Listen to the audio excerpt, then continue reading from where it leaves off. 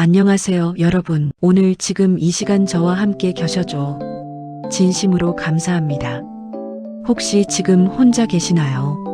아니면 사랑하는 배우자와 함께 계신가요? 어느 쪽이든 괜찮습니다. 사실 저도 결혼 생활을 하면서 수많은 시행착오를 겪었습니다. 때로는 사소한 것 때문에 밤늦게까지 말다툼을 했고, 때로는 서로를 이해하지 못해 며칠씩 냉전을 벌이기도 했죠. 그런 경험들을 통해 깨달은 것이 있습니다. 행복한 결혼 생활의 비밀은 거창한 무언가에 있지 않다는 것. 오히려 일상 속 작은 습관들, 사소해 보이는 행동들이 관계의 운명을 좌우한다는 사실 말입니다. 통계청이 발표한 자료를 보면 작년 우리나라 이혼율이 34.6%에 달한다고 합니다. 세 쌍의 부부 중 한 쌍은 결국 서로 다른 길을 가게 된다는 뜻이죠. 더 안타까운 것은 이혼한 부부들에게 이유를 물어보면 성격 차이라고 답하는 경우가 80% 이상이라는 점입니다. 하지만 정말 그럴까요? 처음 만났을 때는 그 성격 차이가 매력적으로 느껴졌을 텐데 말입니다. 그렇다면 진짜 문제는 다른 곳에 있을 수도 있겠죠. 오늘 1시간 동안 여러분과 함께 탐구해 볼 것은 바로 이것입니다.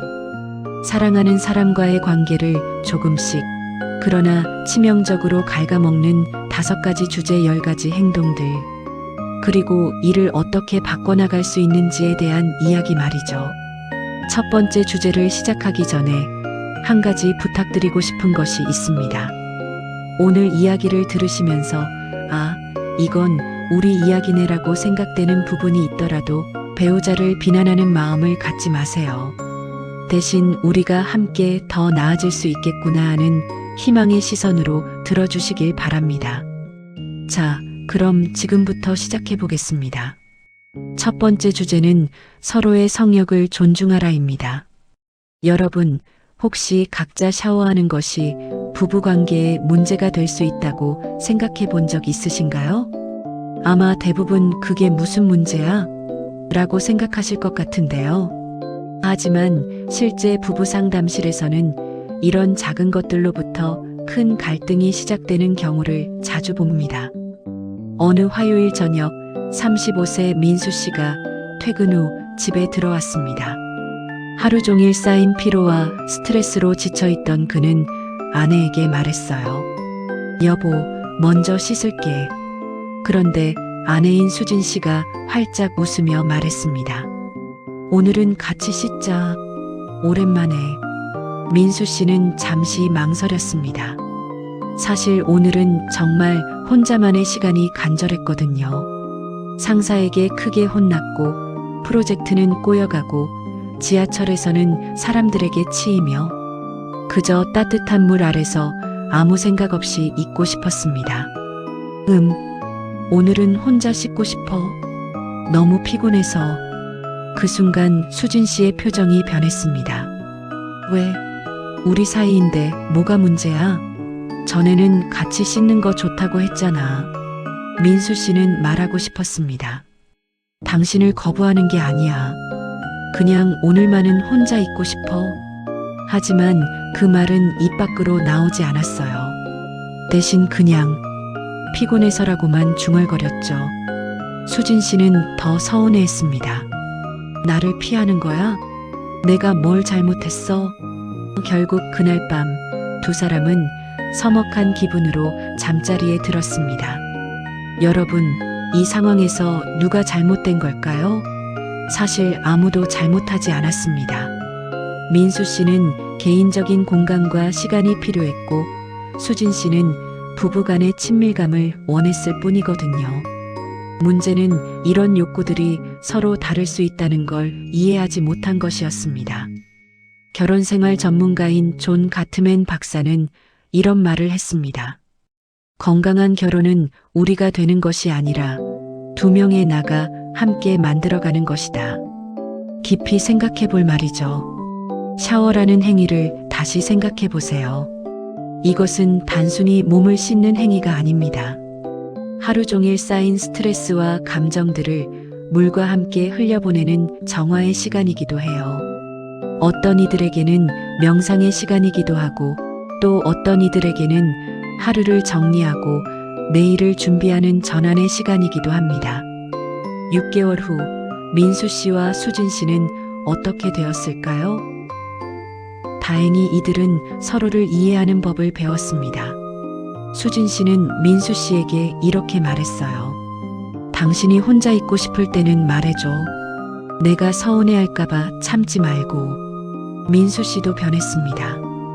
오늘은 혼자 씻고 싶어. 대신 씻고 나서 차 한잔하면서 오늘 있었던 일 이야기해줄게. 이렇게 작은 변화가 이들의 관계를 얼마나 개선시켰는지 아시나요? 함께하는 시간이 억지가 아닌 진심이 되었고 혼자 있는 시간도 서로에 대한 배려가 되었습니다.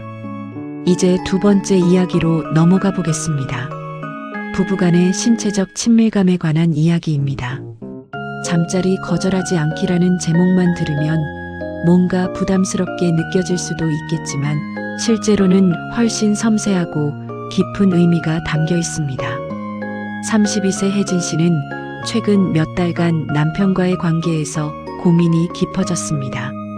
결혼 5년 차에 접어들면서 서로에 대한 육체적 끌림이 예전만 못하다고 느끼기 시작한 거죠. 특히 남편이 친밀한 관계를 원할 때 자신은 별로 그런 기분이 아닌 경우가 많았습니다. 오늘은 너무 피곤해, 머리가 아파, 생리가 시작될 것 같아. 이런 이유들로 남편의 접근을 거절하는 일이 잦아졌어요.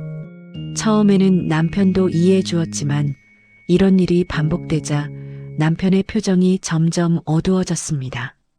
어느 날 밤 남편이 조심스럽게 말했어요. 혜진아, 혹시 내가 뭔가 잘못한 게 있어? 요즘 나를 피하는 것 같아서. 혜진 씨는 그 순간 깨달았습니다. 자신의 거절이 남편에게 얼마나 큰 상처를 주고 있었는지를요. 남편은 단순히 육체적 욕구가 아니라 정서적 연결을 원했던 것이었습니다. 사랑의 확인을, 자신이 여전히 원해지는 존재인지에 대한 확신을 구하고 있었던 거예요. 성치료 전문가들이 하는 말이 있습니다. 부부간의 성적 친밀감은 관계의 온도계다. 몸의 관계가 식을 때 마음의 관계도 함께 식어간다는 뜻이죠.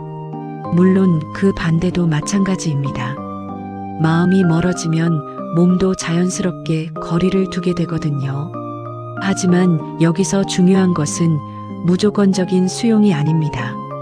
서로의 상태와 감정을 존중하면서도 관계 유지를 위한 노력을 함께 하는 것이 핵심이에요.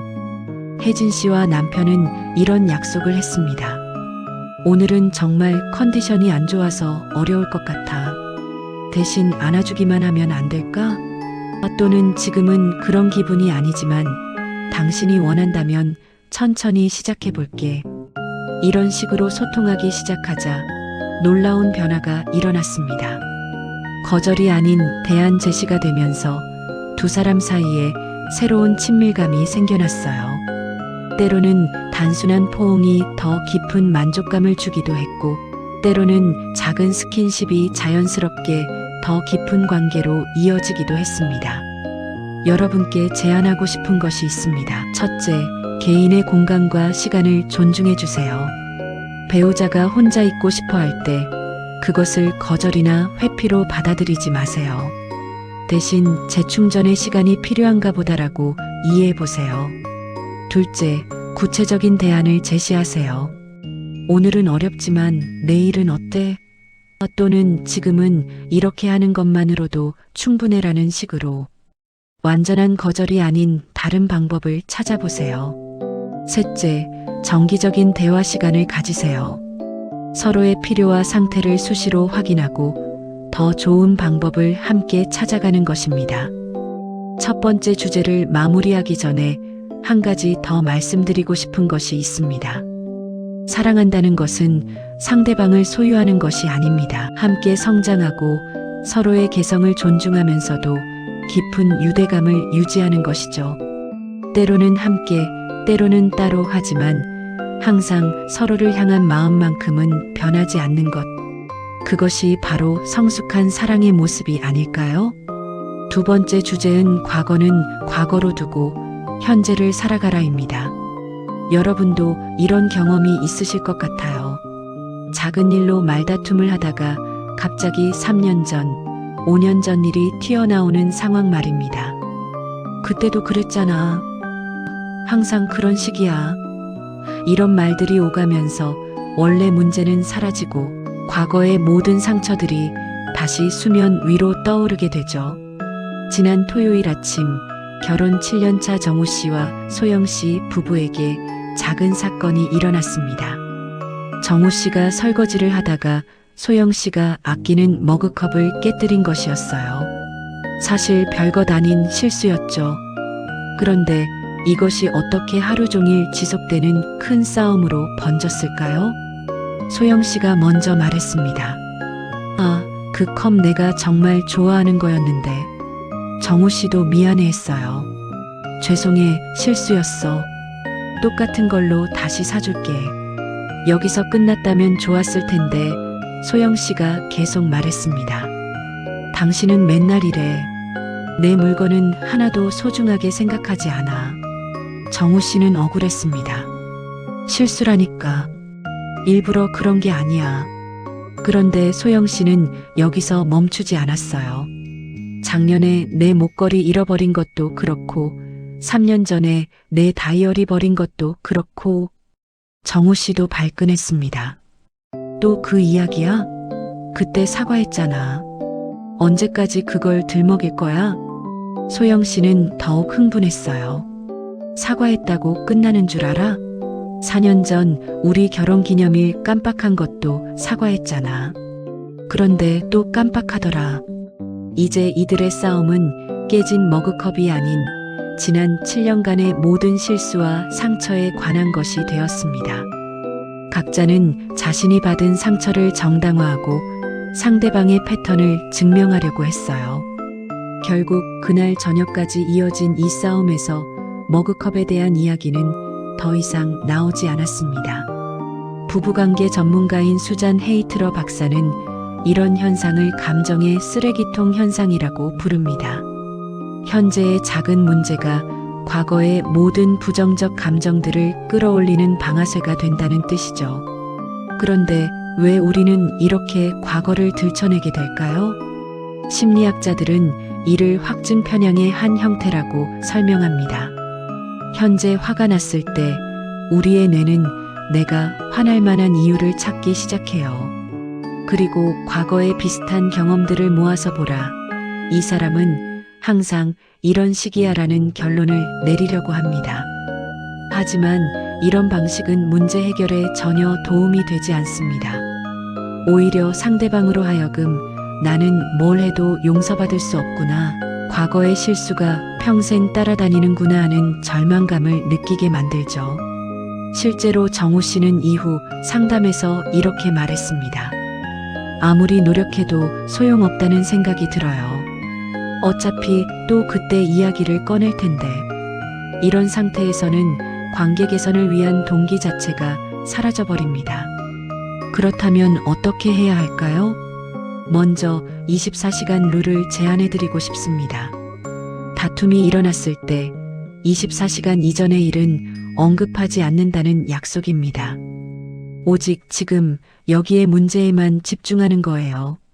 정우 씨와 소영 씨는 이 룰을 적용한 후 놀라운 변화를 경험했습니다. 머그컵 사건이 또다시 일어났을 때 소영 씨는 이렇게 말했습니다.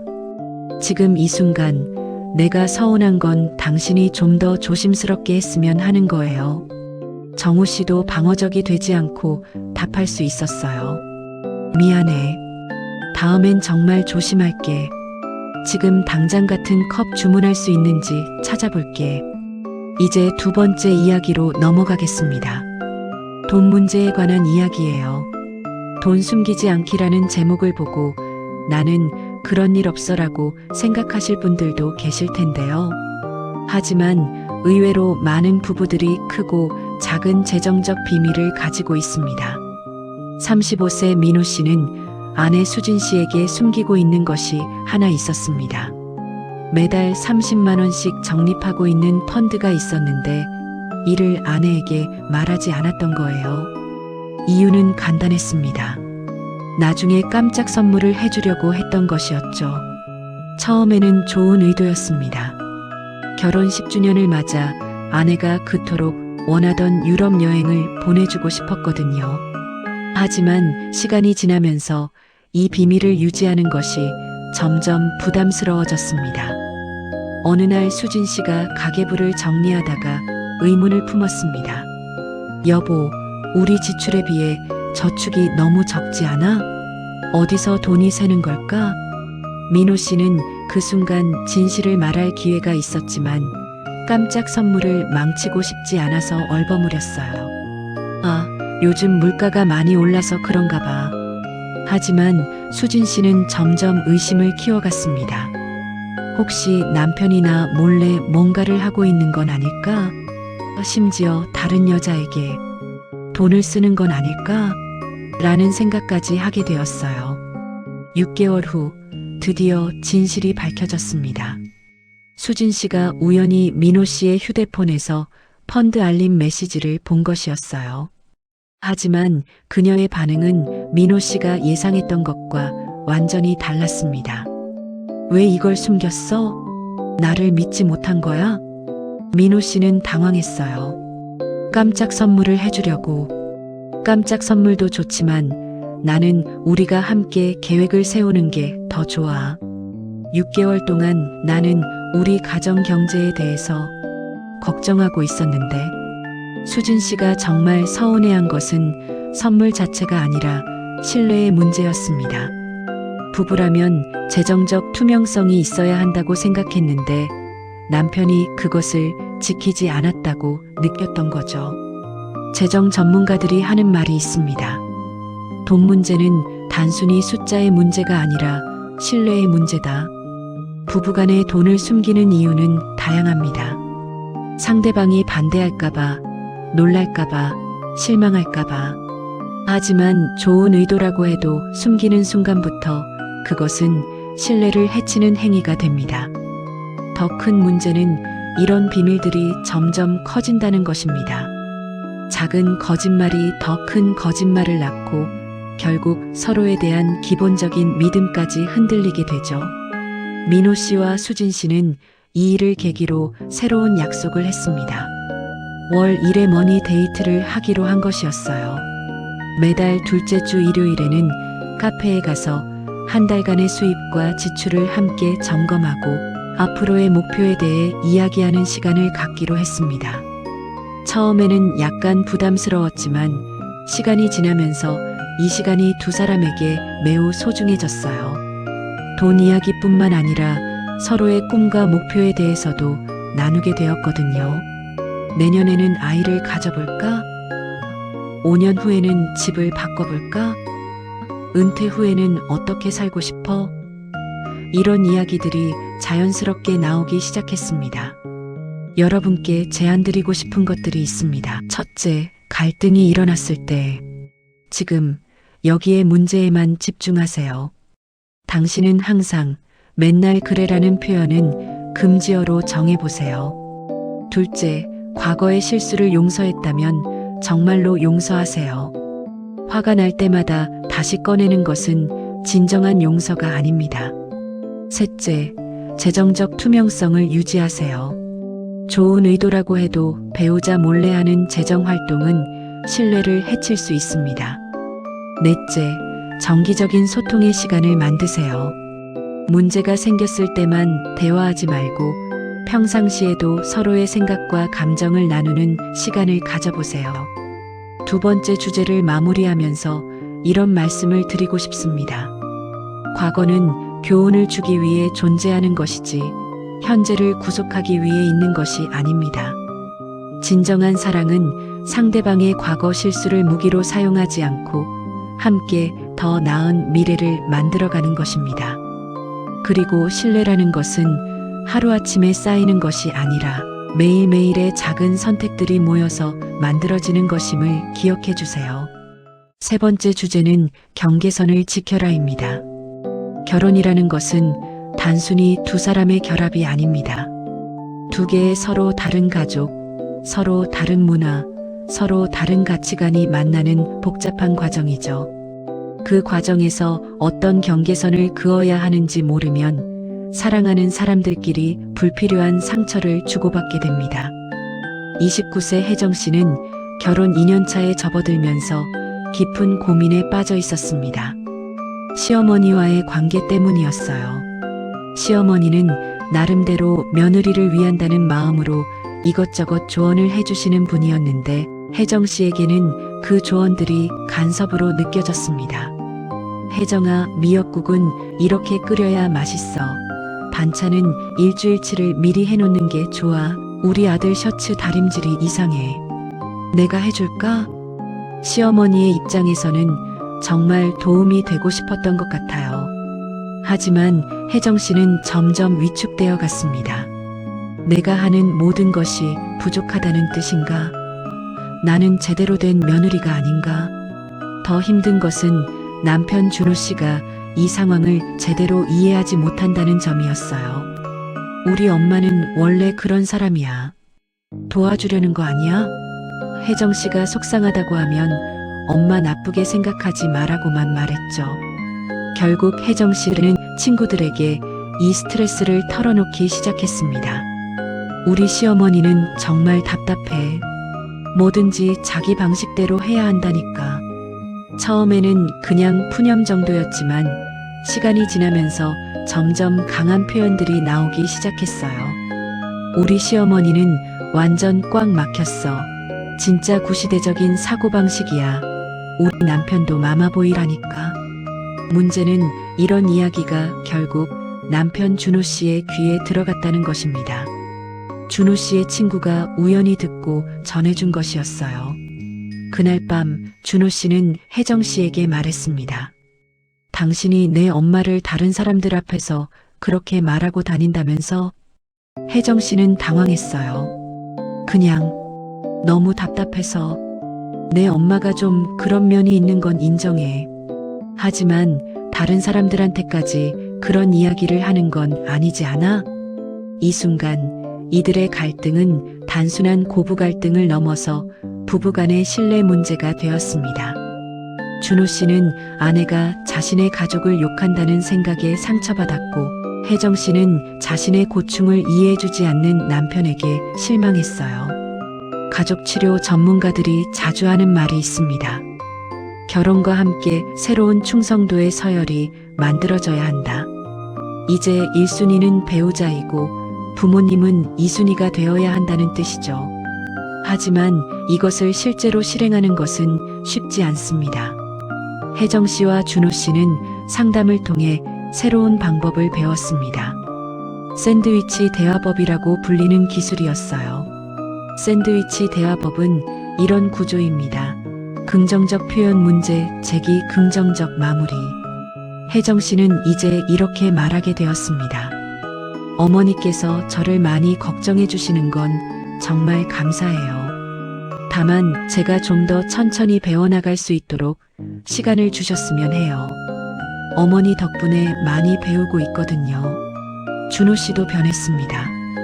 어머니께 이렇게 말씀드렸어요. 엄마, 혜정이가 엄마를 정말 좋아해요. 다만 자신만의 방식으로 해보고 싶어 하는 것 같아요. 조금만 기다려주시면 안 될까요? 6개월 후 이들의 관계는 놀랍도록 개선되었습니다. 시어머니는 며느리에게 더 이상 세세한 조언을 하지 않으셨고 혜정 씨는 스스로 시어머니께 요리 레시피를 물어보기 시작했어요. 가장 중요한 것은 혜정 씨가 더 이상 친구들 앞에서 시댁 이야기를 하지 않게 되었다는 점이었습니다. 이제 이 주제의 두 번째 이야기로 넘어가겠습니다. 사람들 앞에서 배우자 망신 주기에 관한 이야기예요. 이런 장면을 상상해 보세요. 친구들과의 모임에서 누군가 요즘 남편들은 집안일을 많이 도와주죠? 라고 묻습니다. 그때 한 아내가 웃으면서 답해요. 우리 남편? 설거지 한 번 하면 온 동네에 자랑하고 다녀요. 완전 애기 수준이에요. 모든 사람들이 웃습니다. 재미있는 농담이었으니까요. 하지만 그 순간 남편의 기분은 어떨까요? 34세 성민 씨는 아내 유진 씨와 함께 참석한 모임에서 이런 일을 겪었습니다. 친구들이 각자 배우자 자랑을 하는 시간이 있었는데 유진 씨가 이렇게 말했어요. 우리 남편은 글쎄요. 요리는 라면밖에 못 끓이고 빨래는 색깔 구분도 못하고. 친구들이 웃자 유진 씨는 더 신이 나서 계속했습니다. 어제는 아이 기저귀 갈다가 제대로 못 채워서 응가가 다 샜어요. 정말 답답해 죽겠다니까요. 성민 씨는 그 자리에서 점점 작아져 갔습니다. 아내가 농담으로 하는 말인 건 알지만 다른 사람들 앞에서 자신의 무능함만 부각되는 것 같아서 기분이 상했어요. 집으로 돌아오는 길, 성민 씨는 아내에게 말했습니다. 오늘 모임에서 그런 식으로 말하니까 기분이 나빠. 유진 씨는 의외라는 표정이었어요. 그냥 재미있게 얘기한 건데 뭐가 문제야? 다들 그런 식으로 얘기하잖아. 그래도 나는 좋지 않아. 마치 내가 정말 무능한 남편인 것처럼 들리거든. 심리학자들은 이런 현상을 사회적 얼굴 깎기 소셜 페이스 마이너스 스레터닝이라고 부릅니다. 사람은 누구나 다른 사람들 앞에서 존중받고 싶어 하는데 가장 가까운 사람이 그 욕구를 무시할 때 느끼는 상처는 매우 깊다는 것이죠. 특히 부부 관계에서는 서로가 서로의 홍보대사 역할을 해야 합니다. 밖에서만큼은 한 팀이라는 것을 보여줘야 하는데 오히려 배우자가 자신의 약점을 폭로하고 있다면 그보다 큰 배신감은 없을 것입니다. 유진 씨는 처음에 이해하지 못했어요. 친구들이니까 그런 얘기도 할 수 있는 거 아니야? 하지만 상황을 바꿔서 생각해보니 이해가 되었습니다. 만약 성민 씨가 친구들 앞에서 우리 아내는 운전을 정말 못해. 주차 한번 제대로 하는 걸 본 적이 없어라고 말한다면 자신도 기분이 나빠질 것 같았거든요. 이들이 만든 새로운 약속은 간단했지만 효과적이었습니다. 공개석상에서는 서로의 좋은 점만 이야기하기, 불만이 있으면 집에서 둘이 있을 때 말하기, 농담이라도 상대방이 상처받을 수 있는 말은 피하기. 3개월 후 또 다른 모임에서 같은 상황이 생겼을 때 유진 씨는 이렇게 말했습니다. 우리 남편은 요리는 잘 못하지만 대신 설거지는 저보다 깔끔하게 해요. 그리고 아이 재우는 건 정말 천재적이에요. 성민 씨의 표정이 환해지는 것을 친구들도 볼 수 있었어요. 그리고 그날 이후 성민 씨는 집에서 설거지를 더 자주 하게 되었고 아이와 보내는 시간도 늘어났습니다. 여러분께 제안드리고 싶은 것들입니다. 첫째, 가족관계에서의 경계선을 명확히 하세요. 부모님도 중요하지만 이제는 배우자가 1순위입니다. 그 우선순위를 행동으로 보여주세요. 둘째, 문제가 있을 때는 당사자끼리 먼저 대화하세요. 다른 사람들에게 불평하기 전에 배우자와 솔직한 대화를 나누는 것이 순서입니다. 셋째, 공개적인 장소에서는 서로의 보호자가 되어주세요. 농담이라도 상대방의 자존심을 다치게 할 수 있는 말은 피해야 합니다. 밖에서만큼은 한 팀이라는 것을 잊지 마세요. 네 번째 제목은 함께 키우고 함께 만들어가라입니다. 결혼 생활에서 가장 아름다운 순간 중 하나는 아이를 함께 키우는 것이죠. 하지만 동시에 가장 큰 도전이기도 합니다. 두 사람이 서로 다른 환경에서 자라면서 형성한 교육관이 충돌하기 시작하고 일상의 책임들을 어떻게 나눌 것인가 하는 현실적인 문제들이 생겨나거든요. 결혼 6년 차 8살 민준이의 부모인 상혁 씨와 미영 씨에게 평범한 화요일 저녁의 이야기입니다. 민준이가 숙제는 하지 않고 태블릿으로 게임을 하고 있었어요. 미영 씨가 다가와서 말했습니다. 민준아, 그만하고 숙제부터 해. 그런데 상혁 씨가 거실에서 소리쳤어요. 조금 더 하게 놔둬. 학교에서도 스트레스 받는데 집에서까지 그러면 어떡해. 미영 씨는 당황했습니다. 여보, 지금 뭐 하는 거야? 숙제가 먼저지. 애가 하루 종일 공부만 하는데 좀 쉬게 해줘야지. 쉬는 것과 노는 건 달라. 숙제는 해야지. 이 대화를 듣고 있던 민준이는 어떤 생각을 했을까요? 아빠는 게임을 해도 된다고 하고 엄마는 하지 말라고 하네. 그럼 아빠 편을 들어야겠다. 아이들은 어른이 생각하는 것보다 훨씬 영리합니다. 부모의 의견이 다르다는 것을 금세 눈치채고 자신에게 유리한 쪽을 택하게 되죠. 이는 아이의 잘못이 아닙니다. 생존 본능이거든요. 더 큰 문제는 이런 상황이 반복되면서 부모의 권위가 땅에 떨어진다는 것입니다. 민준이는 점점 교묘해졌어요. 엄마가 숙제해라고 하면 아빠는 괜찮다고 했는데요 라고 말하고, 아빠가 일찍 자라고 하면 엄마는 9시까지는 괜찮다고 했어요 라고 둘 사이를 오가기 시작했습니다.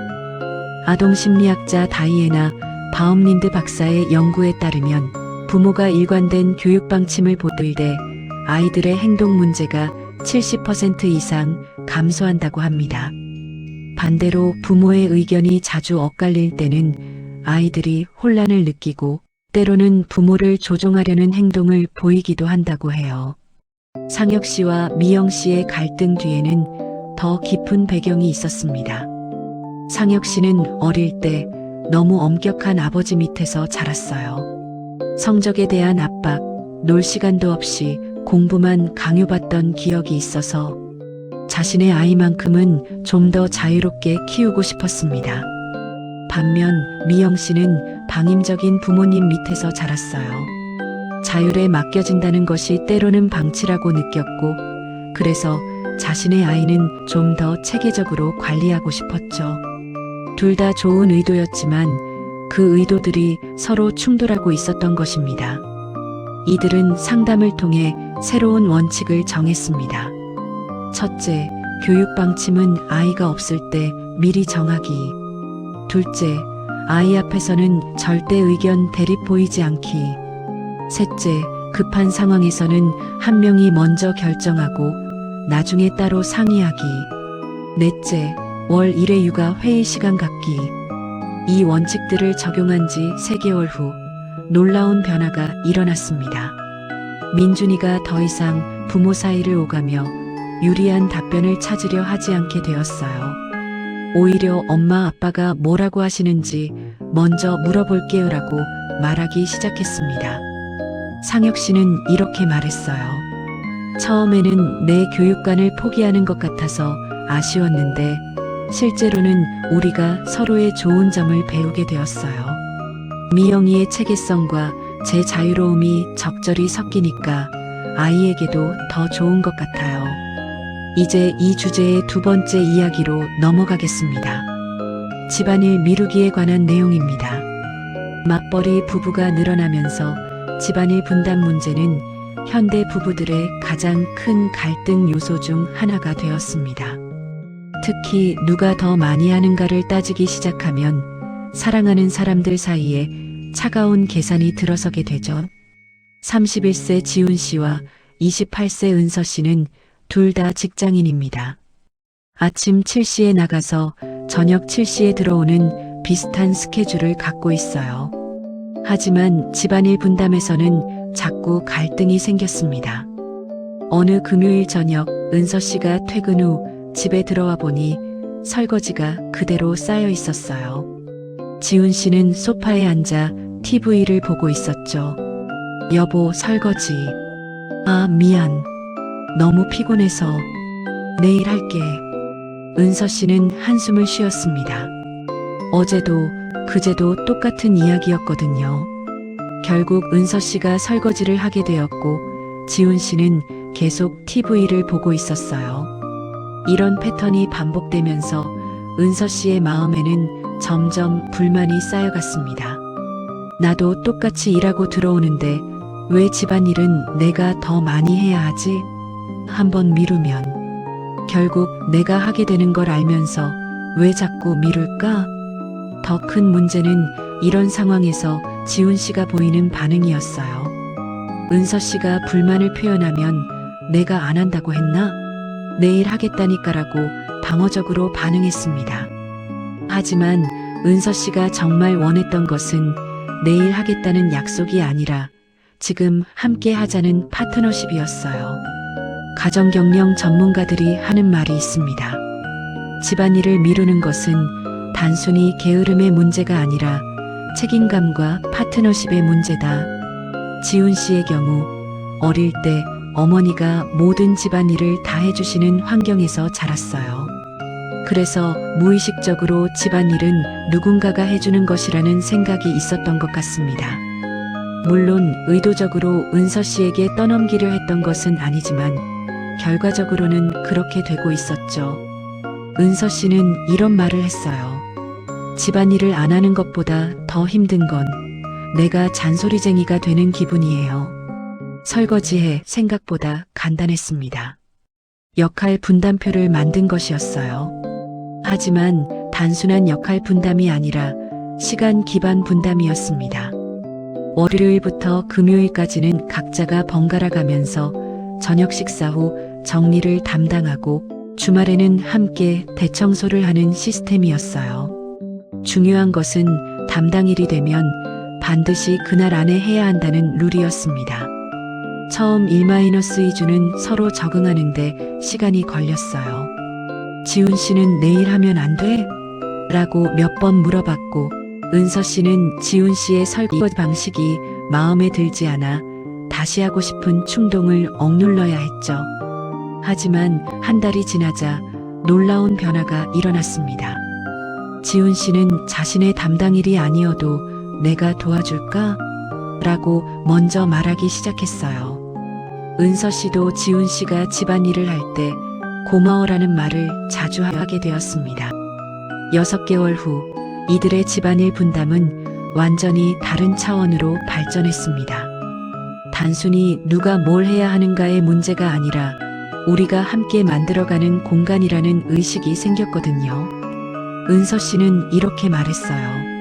예전에는 집안일이 부담이었는데 지금은 우리가 함께 살아가는 과정의 하나라는 생각이 들어요. 지훈이가 설거지하는 모습을 보면 우리 집을 가꾸려고 노력하는구나 하는 생각에 고마워져요. 지훈 씨도 변했습니다. 집안일을 하면서 은서가 평소에 얼마나 많은 일을 하고 있었는지 알게 되었어요. 그리고 깨끗한 집에서 생활하는 것이 얼마나 기분 좋은 일인지도 깨달았고요. 여러분께 제안드리고 싶은 것들입니다. 첫째, 아이 교육에서는 일관성을 유지하세요. 의견이 다르더라도 아이 앞에서는 통일된 모습을 보여주고 따로 상의하는 시간을 가지세요. 둘째, 서로의 교육관 배경을 이해하려고 노력하세요. 왜 그렇게 생각하는지 이유를 알면 서로를 존중하면서도 좋은 대안을 찾을 수 있습니다. 셋째, 집안일은 부담이 아닌 협력의 관점에서 접근하세요. 내가 해야 할 일 vs 당신이 해야 할 일이 아니라 우리가 함께 만들어가는 공간이라는 마음가짐이 중요합니다. 넷째, 구체적인 시스템을 만드세요. 감정과 의욕에만 의존하지 말고 지속 가능한 룰을 정하고 함께 지켜나가세요. 네 번째 주제를 마무리하면서 이런 말씀을 드리고 싶습니다. 가정이라는 것은 단순히 함께 사는 공간이 아닙니다. 서로의 꿈과 가치관을 함께 실현해가는 협력의 무대죠. 아이가 있다면 그 아이에게 진정한 팀워크가 무엇인지 보여주는 살아있는 교실이기도 하고요. 완벽한 분담이나 완벽한 일치를 추구하기보다는 서로를 이해하고 함께 성장해가는 과정 자체를 즐겨보시기 바랍니다. 마지막 5번째 주제의 제목은 소중한 순간들을 놓치지 마라입니다. 결혼 생활이 길어질수록 우리는 점점 익숙해집니다. 처음에는 특별했던 것들이 당연해지고 기억해야 할 날들도 하나둘 있게 되죠. 그리고 무엇보다 서로와의 대화가 점점 줄어들기 시작합니다. 하지만 바로 이런 것들이 관계의 생명력을 불어넣는 요소들이라는 것을 우리는 잊어서는 안 됩니다. 결혼 8년차 현우 씨는 작년에 큰 실수를 했습니다. 결혼기념일을 깜빡한 것이었어요. 아니, 정확히는 기억하고 있었지만 올해는 특별한 계획을 세우지 않아도 될 것 같다고 생각했던 겁니다. 그날 저녁 아내 수연 씨가 평소보다 일찍 들어왔어요. 머리도 새로 했고 예쁜 원피스도 입고 있었죠. 현우 씨는 오늘 왜 이렇게 예쁘게 했어? 라고 물었습니다. 수연 씨는 잠시 당황한 표정을 지었어요. 여보, 오늘이 몇 월 몇일인지 알아? 그 순간 현우 씨의 머릿속이 하얘졌습니다. 아, 미안해. 수연 씨는 웃으면서 말했지만 그 웃음 뒤에 실망이 숨어 있는 것을 현우 씨도 알 수 있었어요. 괜찮아. 그냥 잊을 수도 있는 거지. 하지만 정말 괜찮지 않았습니다. 수연 씨는 한 달 전부터 이날을 준비했거든요.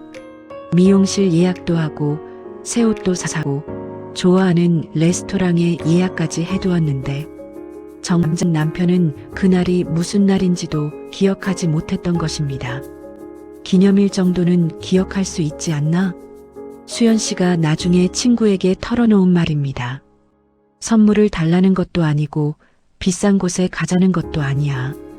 그냥 우리가 함께한 이 시간들이 소중하다는 걸 확인하고 싶었을 뿐인데 결혼 전문가들이 하는 말이 있습니다. 기념일을 챙기는 것은 과거에 대한 감사이자 미래에 대한 약속이다. 단순히 달력의 날짜를 기억하는 것이 아니라 함께 쌓아온 시간의 가치를 인정하는 행위라는 뜻이죠. 현우 씨는 그날 밤 깊이 반성했습니다. 언제부터 이렇게 무심해졌을까? 연애할 때는 100일, 200일도 다 챙겼는데 다음 날부터 현우 씨는 변화를 시작했습니다. 휴대폰에 모든 기념일을 입력하고 한 달 전, 일주일 전, 하루 전에 알림이 오도록 설정했어요. 그리고 더 중요한 것은 기념일이 아닌 평범한 날에도 작은 서프라이즈를 준비하기 시작한 것이었습니다. 어느 화요일 현우 씨가 집에 들어올 때 수연 씨가 좋아하는 마카롱을 사들고 왔어요. 수연 씨가 무슨 날이야? 라고 물었을 때 현우 씨는 이렇게 말했습니다. 특별한 날이야. 당신이 내 아내인 날이니까. 수연 씨의 눈에 눈물이 맺혔어요. 비싼 선물도 아니고 거창한 이벤트도 아니었지만 그 마음이 전해졌거든요. 이제 마지막 이야기입니다. 냉전하지 않기에 관한 내용이에요. 많은 부부들이 우리는 싸우지 않아요라고 말합니다. 하지만 자세히 들어보면 싸우지 않는 것이 아니라 대화하지 않는 경우가 많아요. 큰 소리 내어 다투는 것보다 더 관계에 해로운 것이 바로 이 침묵의 냉전입니다. 결혼 10년차 태준 씨와 민지 씨에게 이런 일이 있었습니다. 어느 토요일 민지 씨가 태준 씨에게 오늘 우리 친정에 가자고 제안했어요. 하지만 태준 씨는 피곤해서 집에서 쉬고 싶다고 했죠. 민지 씨는 서운했습니다. 한 달 전부터 이야기했던 일이었거든요. 한 달 전에 미리 말했잖아.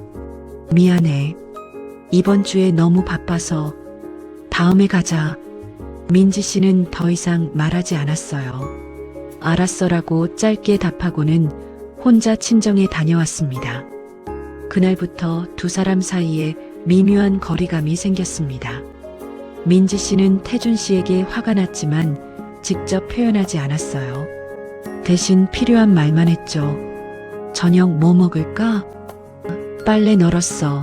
먼저 자. 태준 씨도 민지 씨가 화난 것을 알 수 있었지만 어떻게 해야 할지 몰랐어요. 사과하기에는 뭔가 어색하고 그냥 시간이 지나면 괜찮아질 거라고 생각했습니다. 하지만 일주일이 지나도 상황은 나아지지 않았어요. 오히려 더 악화되었죠. 서로 눈도 잘 마주치지 않고 대화는 꼭 필요한 것만. 집안의 분위기는 점점 차가워져 갔습니다.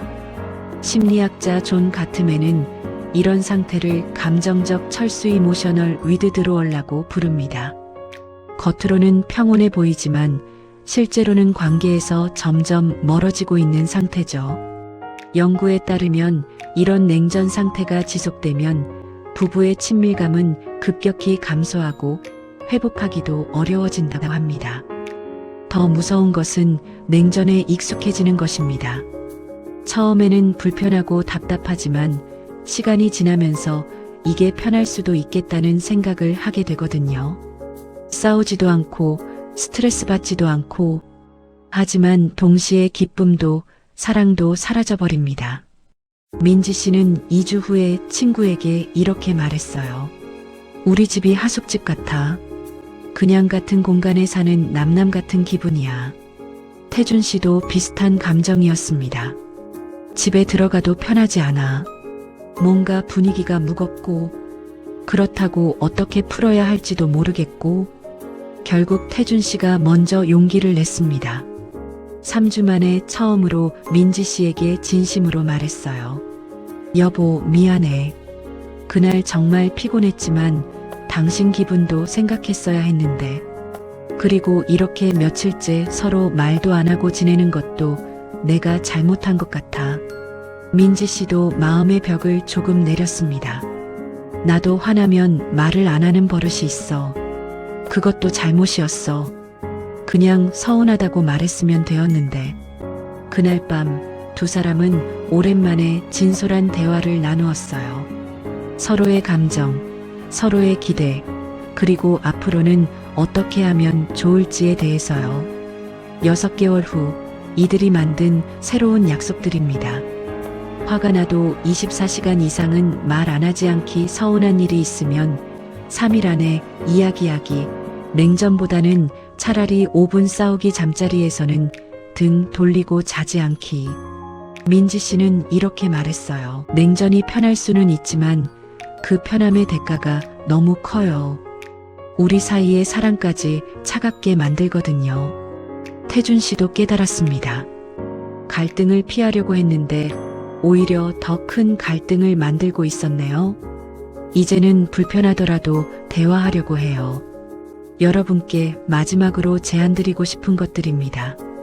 첫째, 작은 기념일들도 소중히 여기세요.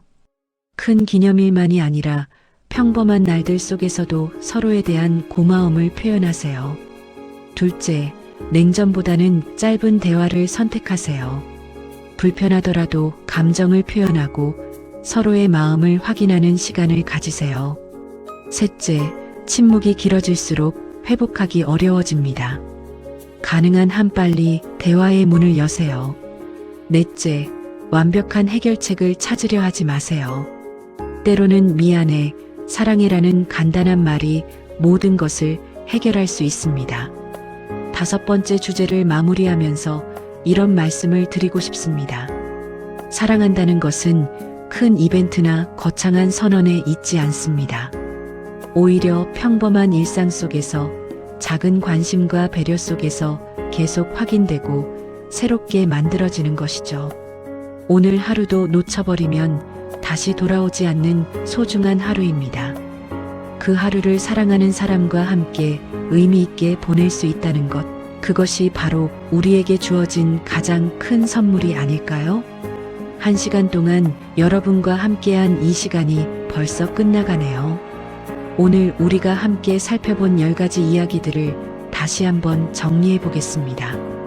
서로의 개인적 공간을 존중하는 것, 친밀감을 거절하지 않되 서로의 상태를 배려하는 것, 갈등이 생겼을 때 과거를 들춰내지 않고 현재에 집중하는 것, 돈 문제에서 투명하고 솔직한 것, 가족 관계에서 적절한 경계선을 지키는 것, 사회적 관계에서 서로의 보호자가 되는 것, 아이 교육에서 일관성을 유지하는 것, 집안일에서 진정한 파트너십을 보이는 것, 그리고 마지막으로 소중한 순간들을 기억하고 기념하는 것, 침묵의 냉전보다는 따뜻한 대화를 선택하는 것.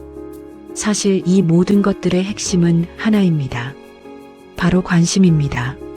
내 배우자가 지금 어떤 기분인지, 무엇을 필요로 하는지, 어떤 것에 상처받고 어떤 것에 기뻐하는지, 그런 것들에 대한 지속적인 관심 말이에요. 사랑한다는 것은 한 번의 고백이나 결혼식에서의 서약으로 끝나는 것이 아닙니다. 매일매일 작은 선택들 속에서 계속 확인하고 새롭게 만들어가는 것이죠. 혹시 지금 배우자와 함께 이 영상을 보고 계신 분들이 계시다면 잠깐 서로를 바라보세요. 그리고 이렇게 말해보시면 어떨까요? 고마워. 나와 함께 더 나은 관계를 만들어 가려고 해줘서. 만약 혼자 듣고 계신 분이라면 오늘 배우자가 돌아오면 꼭 안아주세요. 그리고 사랑해라고 말해주세요. 이유는 필요 없습니다. 그냥 사랑하니까요. 여러분의 결혼 생활이 완벽할 필요는 없습니다. 완벽한 부부는 좀 존재하지 않으니까요. 하지만 서로를 위해 조금씩 나아지려고 노력하는 부부, 서로의 부족함을 이해하고 함께 채워나가는 부부는 될 수 있습니다. 오늘 이야기 중에서 이건 우리 이야기네라고 생각되는 부분이 있으셨다면 그것을 배우자를 비난하는 근거로 사용하지 마세요. 대신 우리가 함께 개선해 볼 수 있는 부분으로 받아들여 주시기 바랍니다. 작은 변화들이 모여서 큰 변화를 만들고 작은 사랑들이 모여서 큰 사랑을 만든다는 것을 믿습니다. 마지막으로 한 가지만 더 말씀드리고 싶습니다. 혹시 지금 힘든 시간을 보내고 계신 부부가 계시다면 포기하지 마세요. 오늘 하루 한 가지만이라도 바꿔보세요. 작은 고마워라는 말 한마디, 따뜻한 눈빛 하나, 5분간의 진솔한 대화. 그런 작은 것들이 기적을 만들어낼 수 있습니다. 그리고 이미 행복한 관계를 유지하고 계신 분들이라면 그 행복을 당연하게 여기지 마세요. 매일 새롭게 가꾸고 돌봐야 할 소중한 선물이라는 것을 기억해 주세요. 사랑은 감정이 아니라 선택입니다. 매 순간 서로를 선택하고 서로를 위해 더 나은 사람이 되려고 노력하는 것이죠. 오늘 밤 여러분의 집이 사랑으로 가득하기를 바랍니다.